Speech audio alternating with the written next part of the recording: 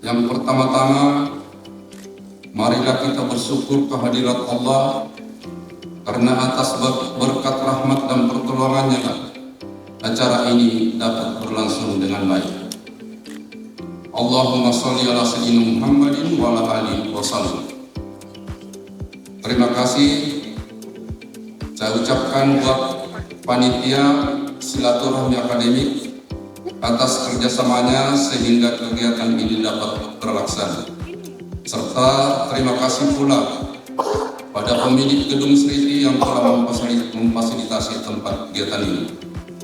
Pada para hadirin yang berbahagia, izinkan saya melaporkan jumlah mahasiswa baru yang mendaftar dan yang diterima serta terregistrasi ulang tahun akademik 2024-2025. Jumlah yang mendaftar sebanyak 963 orang, yang dinyatakan lulus sebanyak 914 orang, yang melakukan registrasi kembali sampai dengan tanggal 22 Agustus 2024 pukul 16 WITA sebanyak 726 orang. Permohonan maaf kepada semua tamu undangan jika pada kegiatan ini ada hal-hal yang kurang berkenan di hati Bapak. Selanjutnya sambutan Direktur Pasca Sarjana Bapak Profesor Dr. Insinyur Adam Malik, MSc, IPU ASEAN Engineering. Dengan hormat kami persilakan. Ini adalah tradisi tahunan yang dilaksanakan di Pasca Sarjana. Jadi kalau misalnya mahasiswa baru S1 ada PKKMB, kita ini istilahnya silaturahmi akademik. Dan alhamdulillah saya melihat bahwa teman-teman terkoordinasi dengan baik di beberapa prodi, Pak Rektor, Pak Ketua Senat, karena saya lihat sudah ada yang seragam yang luar biasa. Kita berikan aplaus. Sebagaimana kita ketahui bahwa di Pasca Sarjana Universitas Tadulako ini sampai saat ini kita sudah punya 26 program studi. Jadi 5 program doktor dan 21 itu program magister atau S2. Kedepan kita merencanakan akan membuka beberapa program studi S3 yang dekat-dekat ini, kalau tidak salah khususnya prodi S3 hukum, ilmu hukum. Ini kenapa saya kira harus terus kita kembangkan, khususnya yang prodi-prodi S3, karena ini melihat daripada kebutuhan dan animo masyarakat Sulawesi Tengah pada khususnya untuk melanjutkan pendidikan dari jenjang S1 ke S2 dan S3. Memang ada beberapa hal sebagai persyaratan untuk program S3, yakni penerbitan di jurnal-jurnal yang telah kami sebutkan tadi. Namun saya kira di Universitas Tadulako tadi juga sudah disampaikan beberapa penyelenggara international conference. Kami juga di Pasca Sarjana ini setiap tahun mengadakan international conference. Untuk apa? Ini untuk memberikan ruang kepada mahasiswa S3 khususnya untuk menerbitkan artikelnya. Jadi tadi ada beberapa yang bisa ya AOP, IOP atau WOS. Nah, ini kita berikan kanal sebenarnya. Jadi kita mendorong mahasiswa S3 kita cepat waktu, tapi kita juga memberikan kanalis atau ruang-ruang bagaimana untuk mensupport mereka bisa selesai tepat waktu. Inilah beberapa hal barangkali yang saya sampaikan. Saya juga tak lupa mengucapkan terima kasih kepada Bapak Ketua Panitia dan tim yang telah mengorganize acara ini, dan saya kira sangat rapi dan tertib. Terima kasih Pak Dr. Armin Muiz dan teman-teman sekalian. Semoga pertemuan atau silaturahmi akademik kita pada hari ini bisa membawa manfaat dan mendapat ridho dari Allah Subhanahu wa Ta'ala.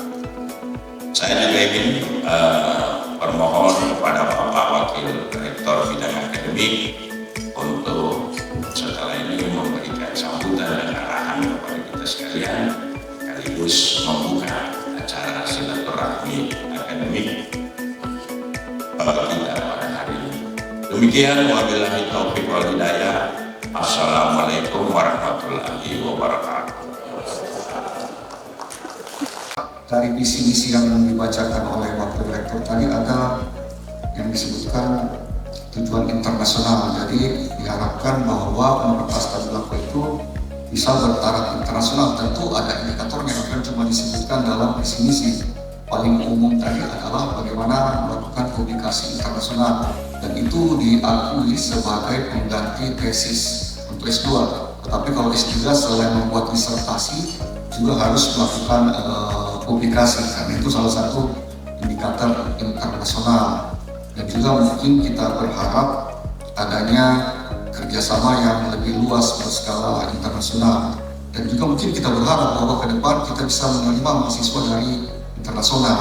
Untuk pascanya kita sebelumnya pernah ada, tetapi karena gempa itu terputus. Untuk S3 itu diharapkan ada penemuan baru dan dipublikasikan sehingga membantu pengembangan dan berkontribusi terhadap ilmu pengetahuan. Nah, tentu dalam hal ini sesuai dengan visi misi kita hari ini ada narasumber tentang air tanah. Memang kalau kita hubungkan dengan kondisi kita pada saat gempa itu terjadi likuifaksi, itu hubungannya sangat erat dengan air tanah. Tetapi kalau kita berbicara air tanah itu tidak hanya berhubungan dengan air minum, dengan ilmu keteknikan maupun kesehatan, tetapi juga menyangkut ilmu-ilmu lainnya, karena ini menjadi kebutuhan dasar. Jadi misalnya kalau PUPR ingin melakukan regulasi menurunkan muka air tanah, tentu akan perlu diadakan kajian lain tentang dampaknya terhadap air minum, karena kan sebagian besar masyarakat menggunakan sumur, baik itu sumur dangkal maupun sumur dalam. Jika kalau muka air yang diturunkan, tentu eksplorasinya tentu lebih sulit, sehingga tentu perlu ada penanganan khusus. Seperti juga pada saat gempa yang lalu, itu 1 minggu setelah terjadi gempa, karena kita waktu itu Universitas Tadulako terlibat juga, dalam waktu 2 minggu ataupun 1 minggu terjadi outbreak atau wabah diare. Itu menyebutkan semua pihak di mana sumber dari wabah tersebut, karena kita telah terkena gempa, rumah sakit diserbu oleh orang yang diare. Juga dilakukan oleh pemerintah waktu itu provinsi, tiap 2 hari dilakukan pertemuan bagaimana mengurangi dampak lanjutan dari gempa tersebut.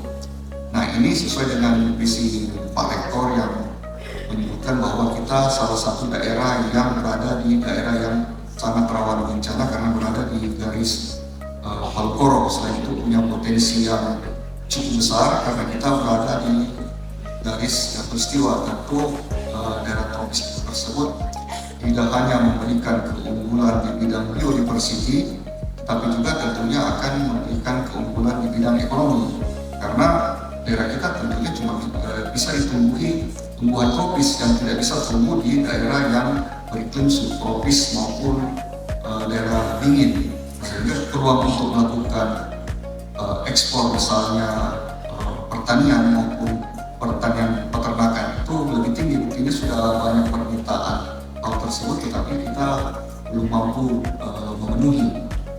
Kita harap bahwa mahasiswa kita, karena adalah bagian terbesar, unsur terbesar dalam Universitas Tadulako, bisa berperan juga dalam pengembangan yang saya sebutkan tadi, ilmu pengetahuan, kemudian teknologi, dan bisa membantu pengembangan negara kita, khususnya Provinsi Sulawesi Tengah, sehingga bisa lebih berkembang lagi. Karena kalau misalnya IKN sudah dibangun, tentu permintaan misalnya hasil pertanian lebih besar dari Sulawesi Tengah, termasuk juga mungkin tenaga kerja, bukan hanya misalnya material konstruksi yang hampir 100% itu berada atau berasal dari Provinsi Sulawesi Tengah. Itu saja barangkali yang saya bisa sampaikan. Dengan mengucapkan Bismillahirrahmanirrahim, saya membuka dengan resmi silaturahmi akademik program Pasca Sarjana Universitas Tadulako. Terima kasih. Assalamualaikum warahmatullahi wabarakatuh.